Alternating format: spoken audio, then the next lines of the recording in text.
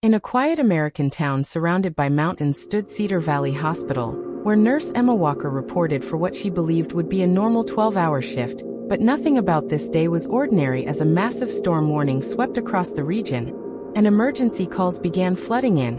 And while Emma moved through her morning rounds checking on each patient with steady hands and a warm voice, the sound of code red shattered the routine, announcing a major highway accident with multiple critical victims on the way. And as the storm intensified, blocking all roads, the hospital director informed the staff that no one could leave, and Emma without hesitation rushed straight into the overflowing emergency room, where chaos spread in every corner as paramedics wheeled in injured adults and frightened teenagers.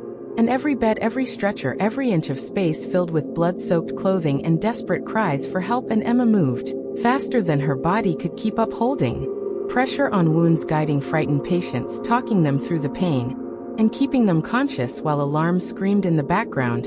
And after her 12 hours ended, another nurse urged her to rest, but Emma refused because lives still needed her, and the flow of injured people kept coming through the storm. And as the hours stretched into 18, her eyes reddened, and her legs trembled.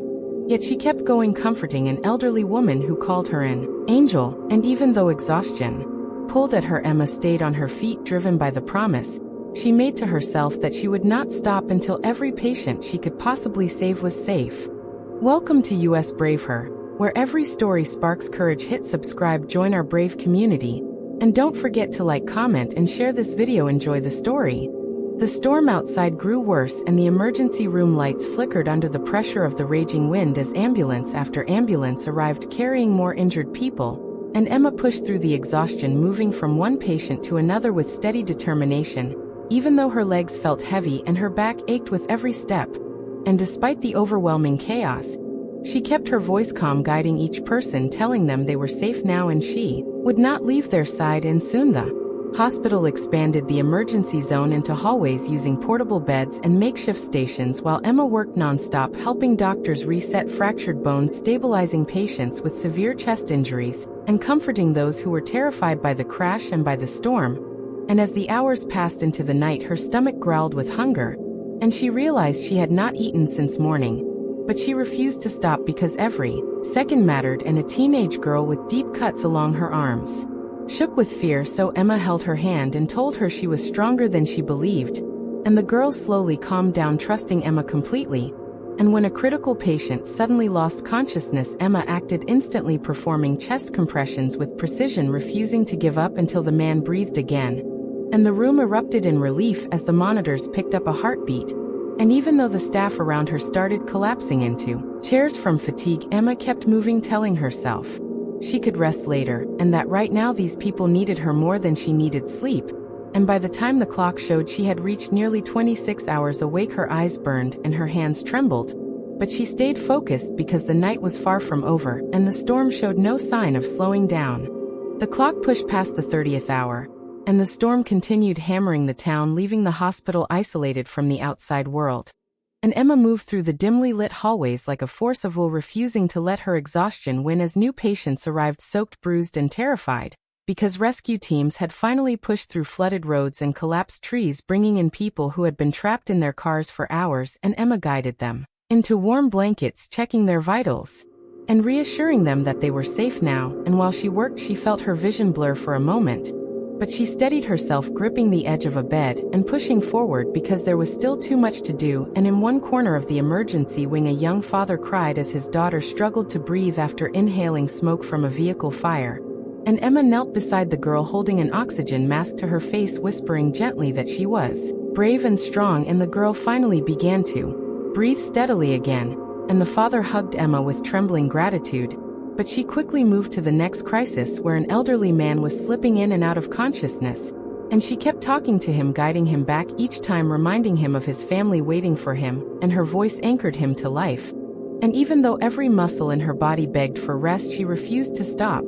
And when a power surge caused the monitors to black out for a few moments, panic swept through the room, and Emma immediately coordinated the team, shouting directions, keeping everyone focused until backup generators restored the lights. And in that brief moment, she felt the weight of everything on her shoulders, but she pushed it away, telling herself that she could not break now because too many people depended on her strength.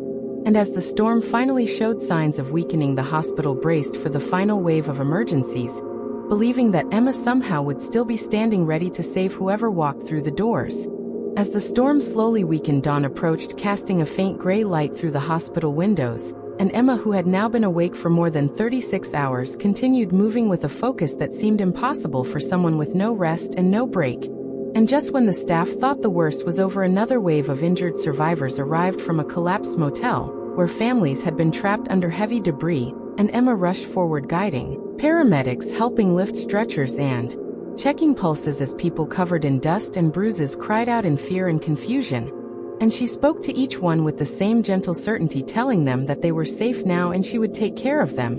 And while she cleaned wounds and checked broken limbs, she noticed a little boy sitting alone, shaking and clutching a small stuffed dinosaur.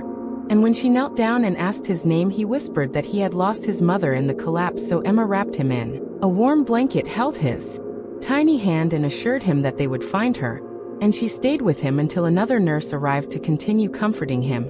And then she ran to a patient whose blood pressure was crashing, and she worked quickly, inserting a line, adjusting oxygen, and giving instructions to a young doctor who was nearly in tears from exhaustion.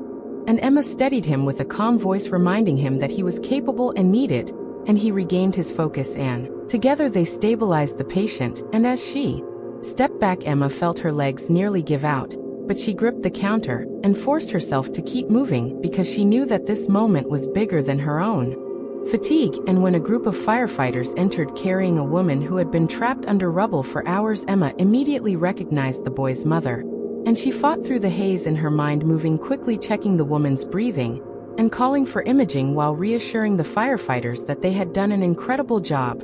And after stabilizing the woman, Emma personally led her to a treatment room, knowing that reuniting her with her child would be the moment that kept her going. And as she stepped out, she felt a small surge of hope, because even though the storm had taken so much, there were still lives she could bring back together, and still strength left inside her to keep fighting for every patient who needed her. The hospital halls were filled with the scent of antiseptic and the soft hum of generators as Emma pushed into her 40th hour without sleep, her steps slower, but her determination stronger than ever. And as she checked on the newly stabilized patients, she finally led the little boy to see his mother, who lay weak but alive on a narrow hospital bed. And the moment the boy saw her, he rushed into her arms, and she lifted her hand with trembling fingers to touch his face, and tears streamed down both their cheeks, and Emma felt her own throat tighten, because moments like this were the reason she refused to stop. And before she could fully absorb the reunion, a call echoed through the hall for immediate assistance in Trauma Room 3, and Emma instinctively turned and ran toward the room where a man with severe internal injuries was crashing. And the team was struggling to keep his heartbeat steady. And she jumped in, guiding the doctors, adjusting equipment, starting a rapid infusion, and speaking firmly to keep everyone focused. And even though her body felt like it was moving through heavy water, she forced her mind to stay sharp, counting each breath, each heartbeat, each rise and fall of the monitors. And after long, tense minutes, the man's vitals slowly climbed back, and the room exhaled in relief. And Emma leaned briefly against the wall, fighting dizziness. But she shook it off and went to check on a group of volunteers who had come to donate blood because the supply was running low, and she thanked each one with a tired but sincere smile, telling them they were heroes too. And as she walked back down the corridor, she noticed a young nurse crying quietly from exhaustion. So Emma placed a hand on her shoulder and told her that she was strong and that they would get through this together. And the nurse nodded, wiping her tears and returning to her station. And the simple act reminded Emma why she needed to stay steady for everyone around her. And even though she had passed the point where most people would collapse, she pushed forward, knowing the storm had drained the entire community, and the hospital was the last line of hope left standing. The storm finally broke apart, leaving the sky quiet, but the hospital remained in full emergency mode as Emma entered her 46th hour with no rest, and every second felt heavier on her shoulders. Yet she kept moving because there were still patients who needed her strength.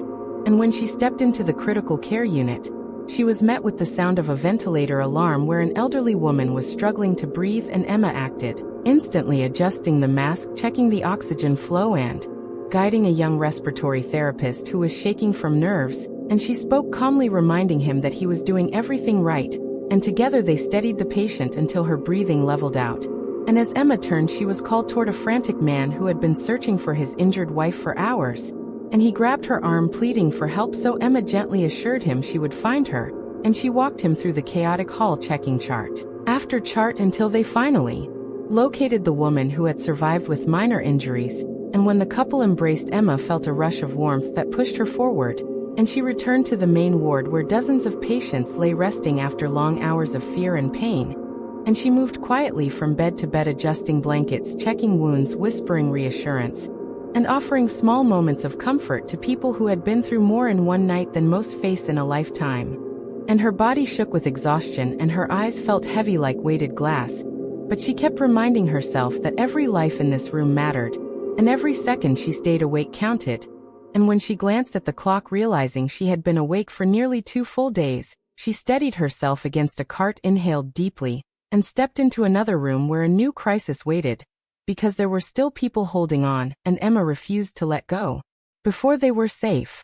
As Emma moved into her 48th hour without sleep, the hospital began to settle into a fragile calm, with fewer alarms ringing and more patients finally stabilizing. But the weight of exhaustion pressed against her like a heavy shadow. And yet she kept walking through each hallway, because she knew her presence still mattered. And when she stepped into the recovery ward, she found a young boy crying softly as nurses tried to comfort him, but he refused to speak, so Emma knelt beside him and asked gently what scared him most, and after a long pause he whispered that he feared his father, who was badly injured, might not wake up, and Emma held his hand, promising that she would personally check on him. And she led the child to his father's room, where machines beeped steadily, and the man's chest rose and fell in slow, steady breaths, and Emma explained that sometimes the body just needed time to heal, and the boy finally relaxed, believing her completely. And Emma felt a small spark of strength return, because even in her exhaustion she could still bring peace to someone who needed it. And as she left the room, she was stopped by hospital staff who had gathered in the hallway, looking at her with deep admiration. And they told her they had never seen anyone work with such endurance, compassion, and courage. And although she felt too tired to respond, she gave a small tired smile and whispered that she just did what anyone would do. And then another call came in from the ICU, because a patient from the storm rescue was regaining consciousness and needed reassurance. So Emma walked slowly toward the unit, feeling her body sway, but she steadied herself on the wall and kept going, determined to give the patient a familiar voice to wake up to. And when she arrived, the man opened his eyes for the first time in hours, and Emma told him he was safe, and he nodded with gratitude. And in that moment she realized her mission was almost complete, because most of the emergency cases were now stable, and the storm had finally passed, and the town was beginning to recover. And even though her body begged to collapse, she kept moving for just a little longer, because she wanted to make sure every last patient was accounted for and protected before she finally allowed herself to rest.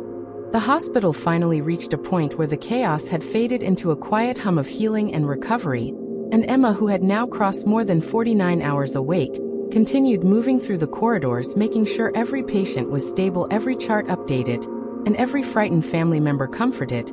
And as she walked into the main waiting area, she saw families reunited, hugging each other with relief and gratitude, and many of them approached her, thanking her for saving their loved ones. But Emma simply nodded, too tired to speak, yet still carrying a soft warmth in her heart, because she knew this was the reason she had endured so much. And while she stood there gently swaying from exhaustion, the hospital director approached her and told her that the entire staff had been talking about her endurance and bravery, and how she had held the hospital together during the worst disaster the town had seen in years. And Emma lowered her eyes, modestly insisting she had only done what needed to be done. But the director placed a hand on her shoulder and told her that what she had done was beyond duty, and that she had become the anchor for everyone during the storm. And as Emma turned to continue her rounds, she suddenly felt the weight of every hour she had been awake crashing down on her, and her vision blurred, and she reached for the wall to steady herself. But a nearby nurse rushed forward, taking her arm and telling her it was time to rest, because the worst was over and the hospital was finally stable. And Emma looked around, seeing doctors and nurses she had guided and supported, and realizing they were now strong enough to carry on without her for a while, and she allowed herself one slow deep breath, and then nodded, agreeing to finally step away for rest. And as she walked toward the staff room, she passed patients who smiled at her, some whispering thank you, and others simply looking at her with eyes full of gratitude. And Emma felt a calm settle over her heart, knowing she had given everything. She had to protect every life she could during the storm, and now she could finally let her body rest. Emma finally sank into a chair in the staff room, her body trembling from exhaustion, and her mind replaying every single patient, every moment of fear and hope and determination that had filled the past 50 hours.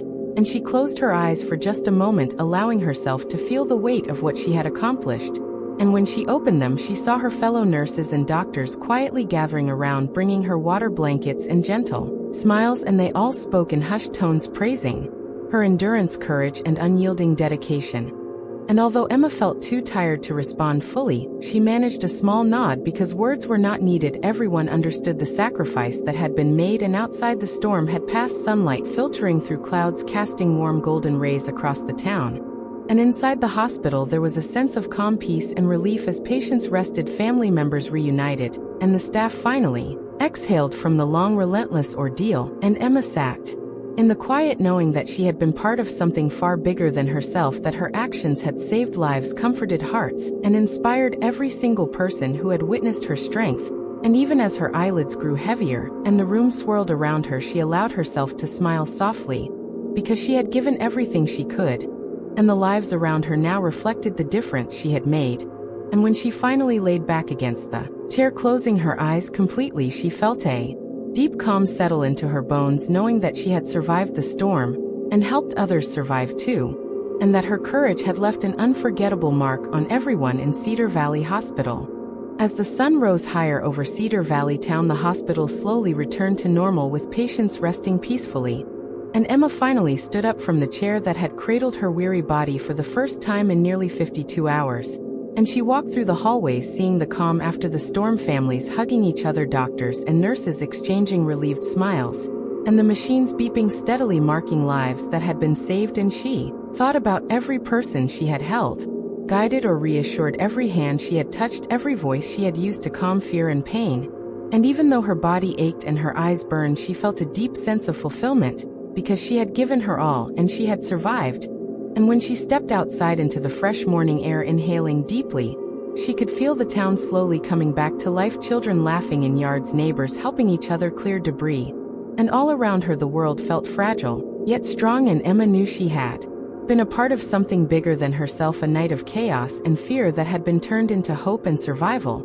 And as she leaned against the hospital wall, closing her eyes for a brief moment, she whispered to herself that she had faced everything and had not given up, and that courage and love and endurance could truly make a difference.